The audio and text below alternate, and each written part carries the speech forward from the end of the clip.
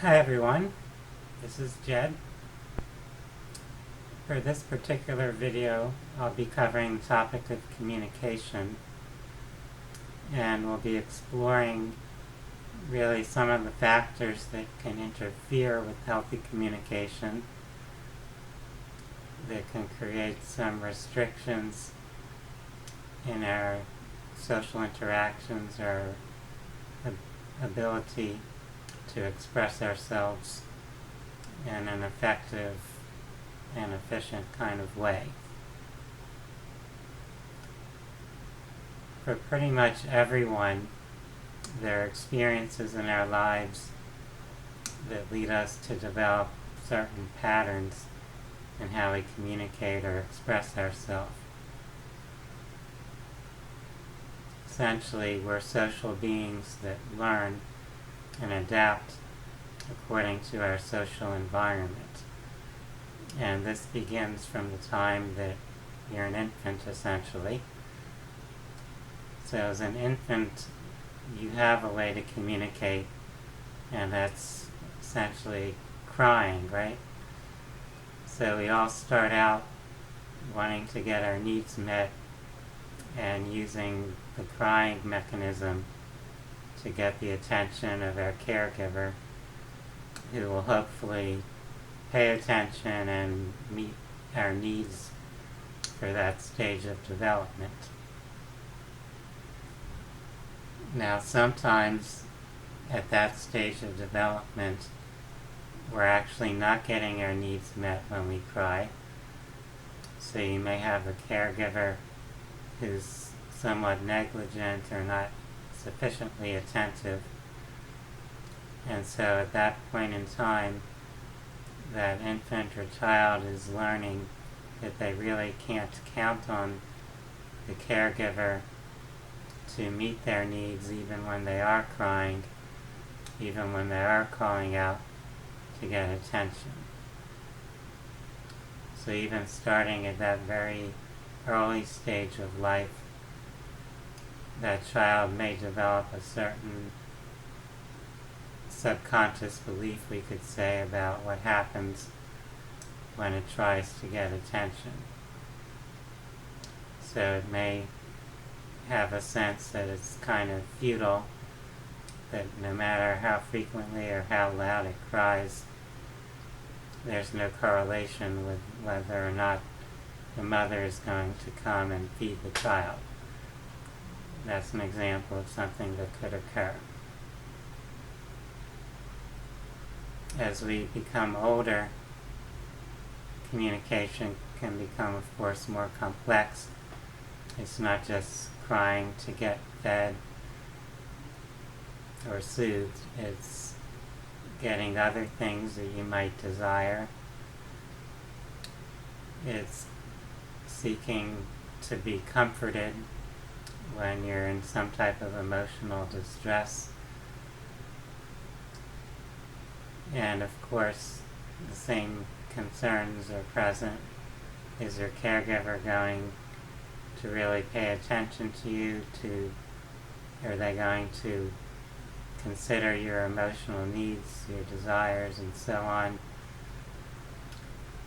And over time, different patterns can develop.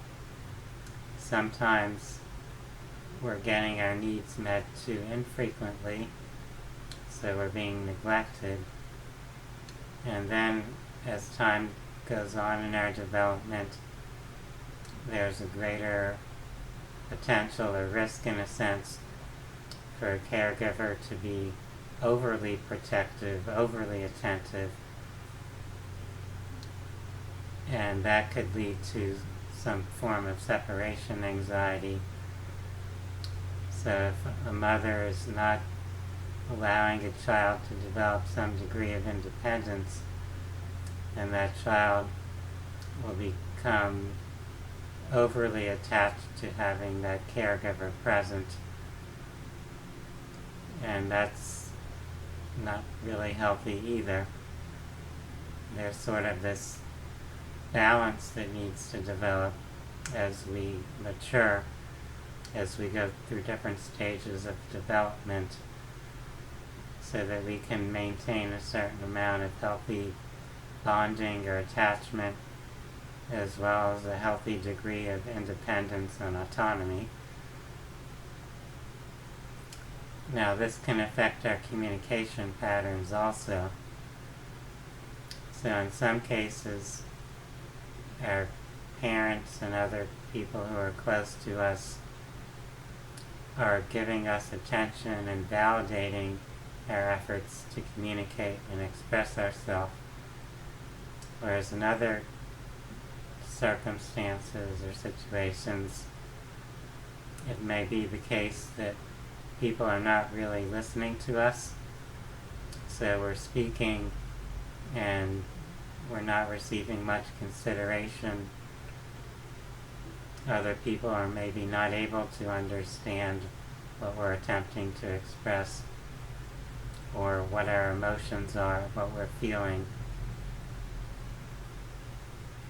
In some families, there's a common attitude that children should be seen and not heard.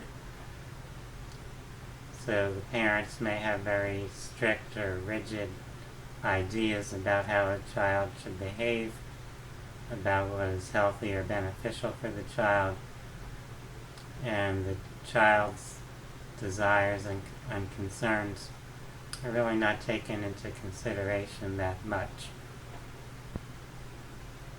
Sometimes it's not directly communicated. It may be more of a subtle communication by the parents of their expectations and attitudes. And the child will adapt to that even if it's not something that's very explicit. So the child may stay quiet or self-censor because they sense that their parents are not going to really listen to them.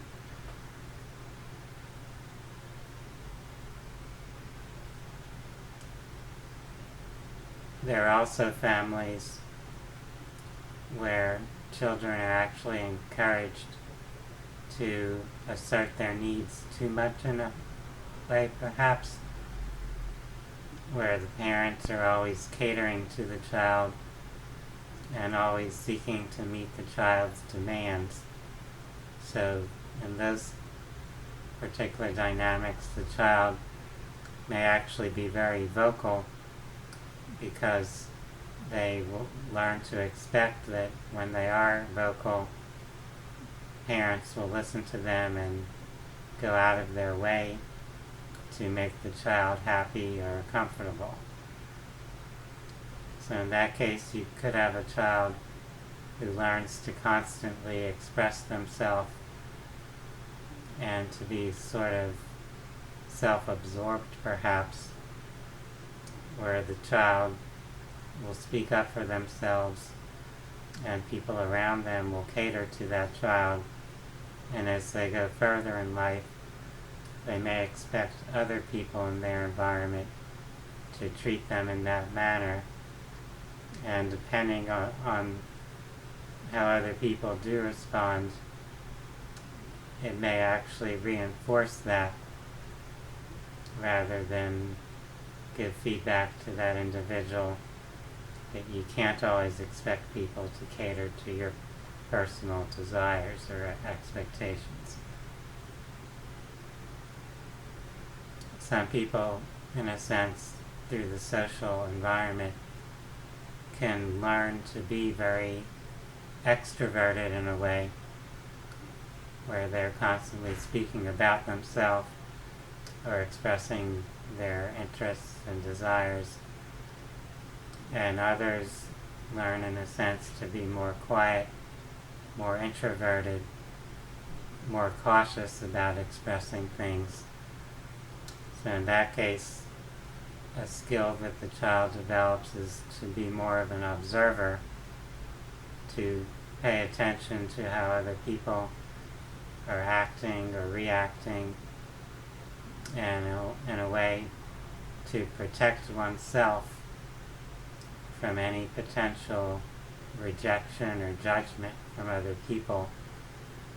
And so in that case, you kind of analyze and observe things, and you're cautious about speaking.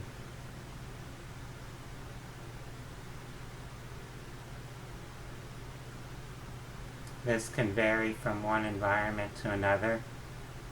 So you may have a family environment that leads you to have one style of communication, and you might have a school environment that promotes a different style of expression.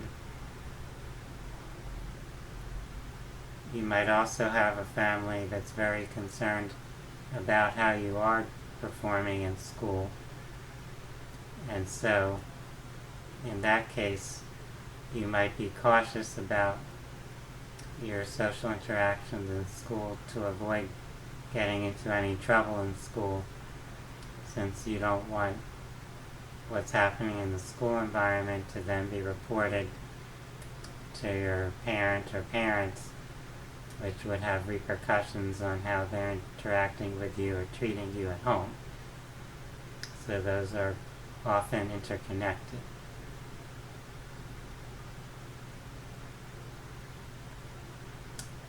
So you can see that this can become somewhat complex, and of course it's the temperament and emotional style or sensitivity of a child that interacts with the particular patterns that are present in the environment, and that ongoing interaction shapes how the individual personality develops and the communication patterns of that individual as they develop through their life experience.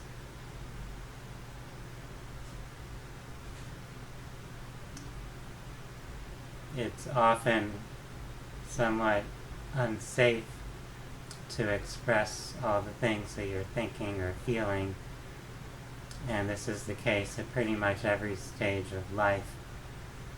So as a child in your family, you might find that some things are not considered appropriate to express.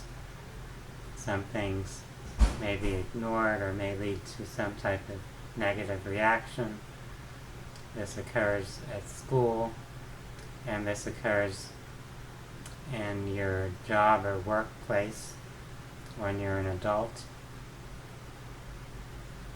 Also in interpersonal relationships and social groups and intimate relationships, we're generally desiring to receive validation or approval and acceptance, and it's often the case that there are some things that if we express them, that will lead to some lack of approval or some type of negative feedback from other people in our environment.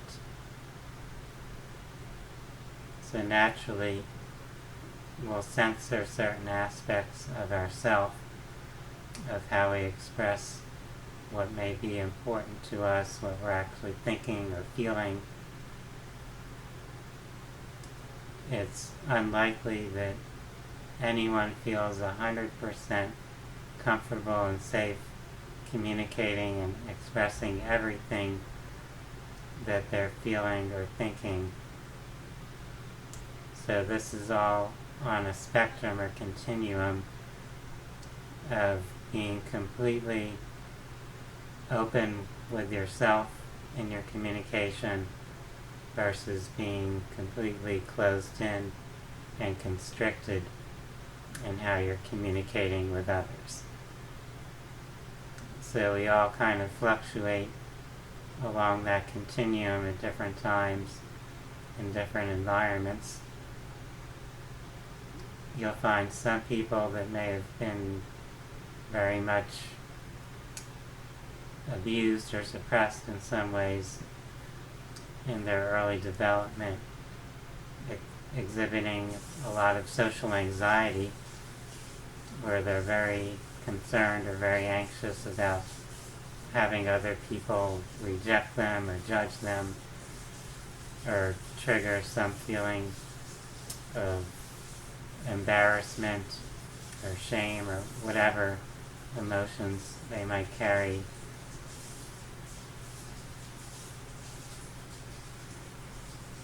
You'll also find people who go to the opposite extreme, who are very assertive or even aggressive in their efforts to express and communicate their feelings or thoughts.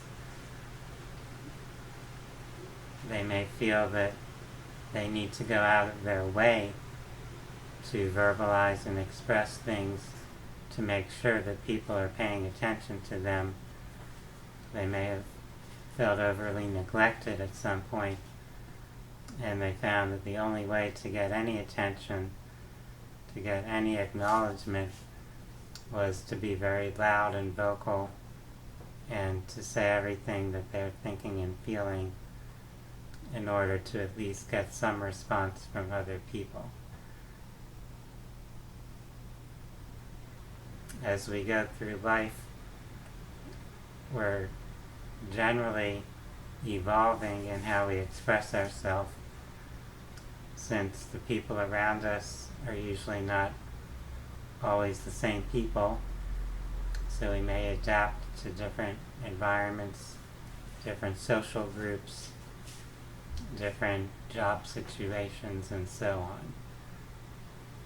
So this is something that we can reflect upon. We can observe our own patterns of communication. We can see what brings us a sense of comfort or security, in a sense, when we're communicating. Where do we feel safe? Where do we not feel safe expressing ourselves? And we can also consider what are our own expectations. So are we communicating with an expectation that other people will give us some form of validation? Are we expecting to just be heard, to just be acknowledged, without expecting any particular feedback? Sometimes we just feel a need to share something without desiring any input or response from other people who are present. So just to feel that we're being acknowledged or seen or heard is all we're desiring. We may not be asking other people to give us feedback or input relative to what we're expressing. We may not need any advice. We may just feel that it's important to be able to share and to be accepted in that interaction, in that communication that we're giving or presenting. There are other situations where we may seek out some form of input or support. So we may want someone to give us some particular form of validation, to let us know that they feel for us in a sense, that they have some compassion or empathy, or in other cases we may be asking to receive some practical guidance. So there's many different reasons that we might be communicating, and sometimes the other people are kind of on the same page or wavelength, and other times they're not. So someone might be giving advice when you don't really desire to receive that type of input.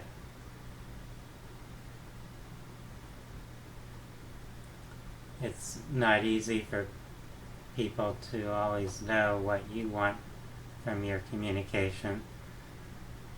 So you may need to assert that. You may express whether you're seeking some type of feedback or input or not. Most people are not so great at reading minds, so it's often important to be somewhat direct or explicit about what we're hoping for when we're communicating with someone else.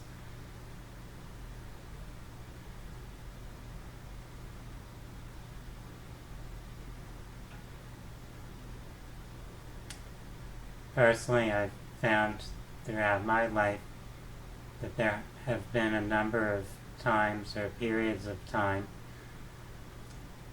where the circumstances led me to be somewhat overly cautious or restrictive about what I would communicate. Perhaps not overly cautious in the specific instance or situation, but by adapting to those situations, it developed sort of a habit or a tendency to maintain caution or a lack of ease or a lack of assertiveness or a lack of eagerness to express things, perhaps. So one example would be in situations where I felt that people weren't really ready to listen to me or understand the phenomena that I was thinking about or having feelings about. So in those cases, I might kind of preemptively recognize that there might not be much value in going into detailed talk about something. And so rather than putting time and effort into something that I concluded wasn't really going to be productive, I would just kind of hold back and kind of keep things to myself or process things more internally versus seeking some external input. Now what happens is if you do that too much over time, then you end up holding back too much in situations where it would actually be valuable to express yourself more.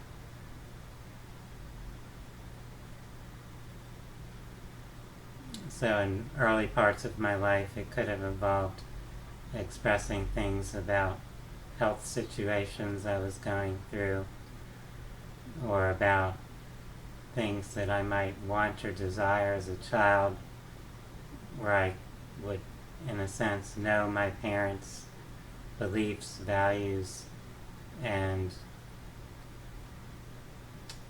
their responses to things.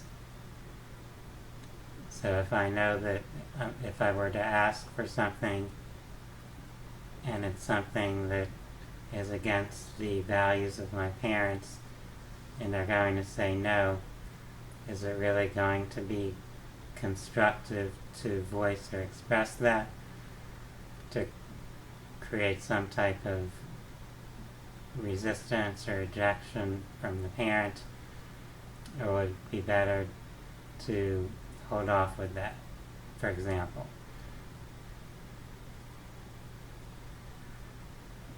At other points in my life, it might have related more to my intellectual interests or spiritual interests, or things that I was learning about that went beyond the norms of most people in my environment, people in a workplace or some other social setting. So I'll use an example of my interest in esoteric topics. So in kind of outside of the mainstream spirituality or metaphysics, or in topics related to conspiracies. So if I have something I'm studying about that has some idea or concept that kind of clashes with sort of the normal way of thinking of other people, in some settings that might create difficulties if I were to begin to speak about it. Let's suppose that you're in a particular religion, and that religion has its doctrines or dogmas and you start to talk about things that clash with that, you might encounter a lot of pushback from other people in that group.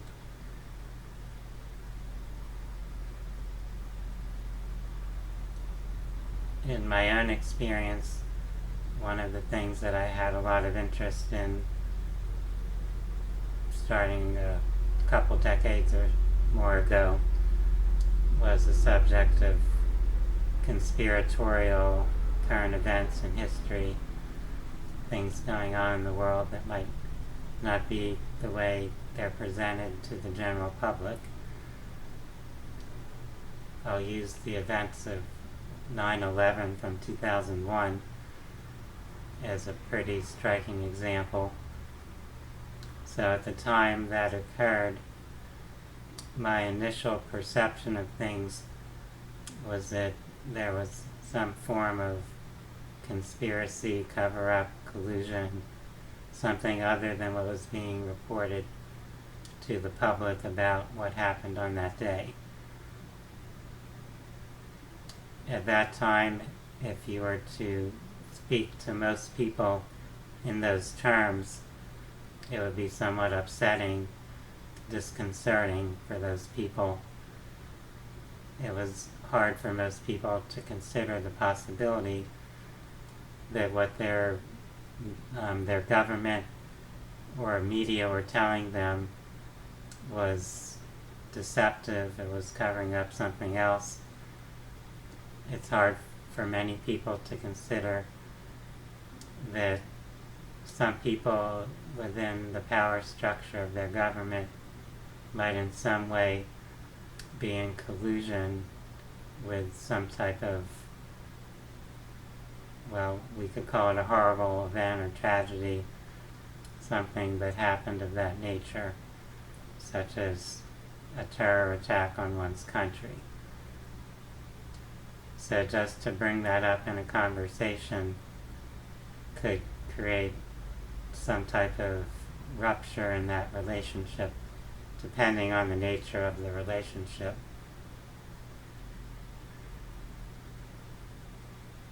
So if you're someone who wants to avoid conflict, you might be cautious about expressing those types of thoughts or ideas, especially when you perceive that other people at that time are not open to it.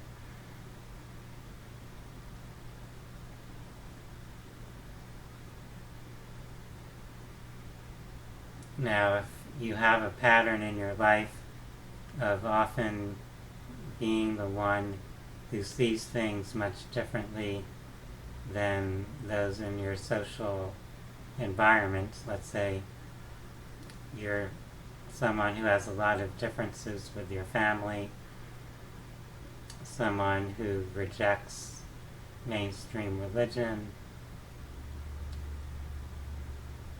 someone who tends to explore social activities or lifestyles that are not considered, quote, normal among your peer group or your community, then that could sort of reinforce or foster a pattern of being a little more cautious socially.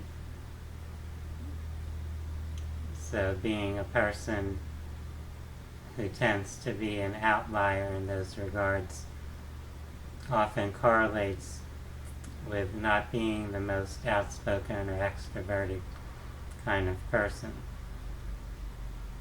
mainly because there is a likelihood that you have at some point experienced some form of unpleasant response or reaction when you did try to express what you were thinking or feeling.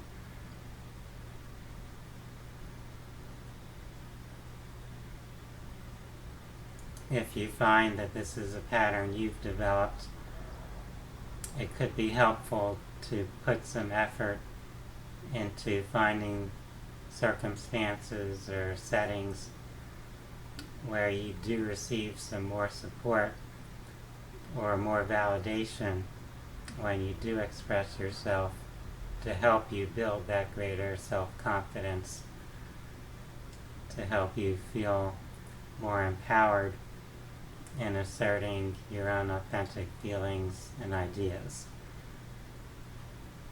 So it's often recommended that we find our tribe, which means to start to connect with other people who have more similar interests, more similar values, similar ideas or belief systems. And when you do find those people that are on kind of a similar wavelength, they don't necessarily have to see everything the same way as you, but they have some commonalities, then that gives you the opportunity to experience in your interpersonal interactions some more validation, some more acceptance.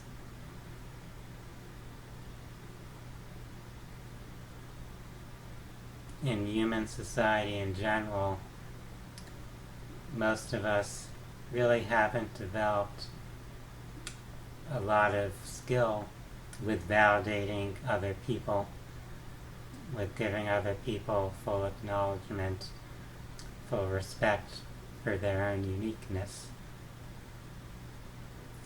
We tend to have a lot of judgments, a lot of biases.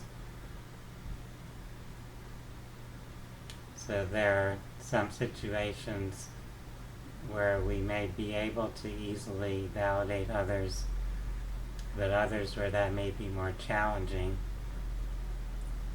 where we may have some negative viewpoint about other people or other groups, and it's hard for us to just kind of step back and pause and observe and allow people to be their authentic self, even if we don't really approve of or condone or encourage what they perhaps represent.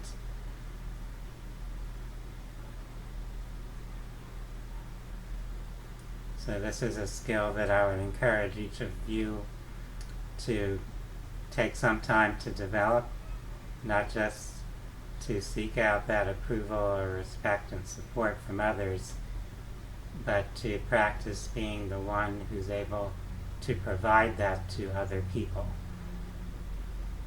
So to kind of see that from both sides. As we become more skilled at being able to accept, to respect and acknowledge other people, that also supports, or it kind of gives a role model or a good example for other people to provide that back toward us. So to be what you wish to see, in a sense.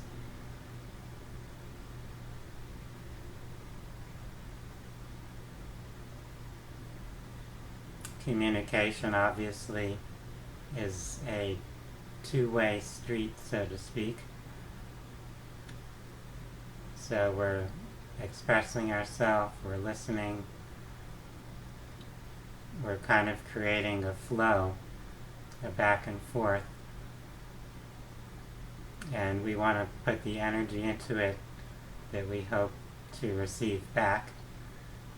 So the more you're able to share or express things in a positive, supportive, social way or respectful way, the easier it becomes for the other people you interact with to reflect that pattern or style back toward you. So things tend to feed into each other in that sense. You'll find that when people are being negative and hostile and judgmental, it often triggers a defensiveness where the other people or other person involved then seek to protect themselves, and then they start reacting in a hostile or judgmental manner. so those energies tend to build, and hopefully we can learn skills that help us build the pro-social type of energy, where we're encouraging each person in those social interactions to feel more safe and comfortable being authentically oneself.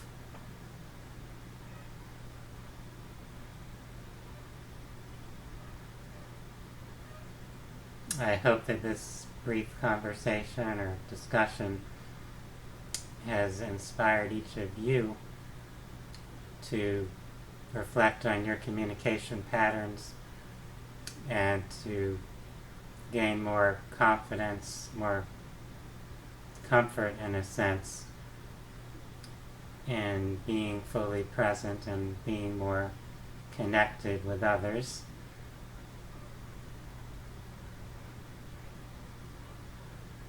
For those that are interested in personal growth and spirituality,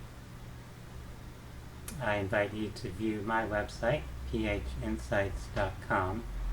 That's phinsights.com. You'll find a variety of wellness resources there. For now, I want to wish everyone a wonderful day. Namaste.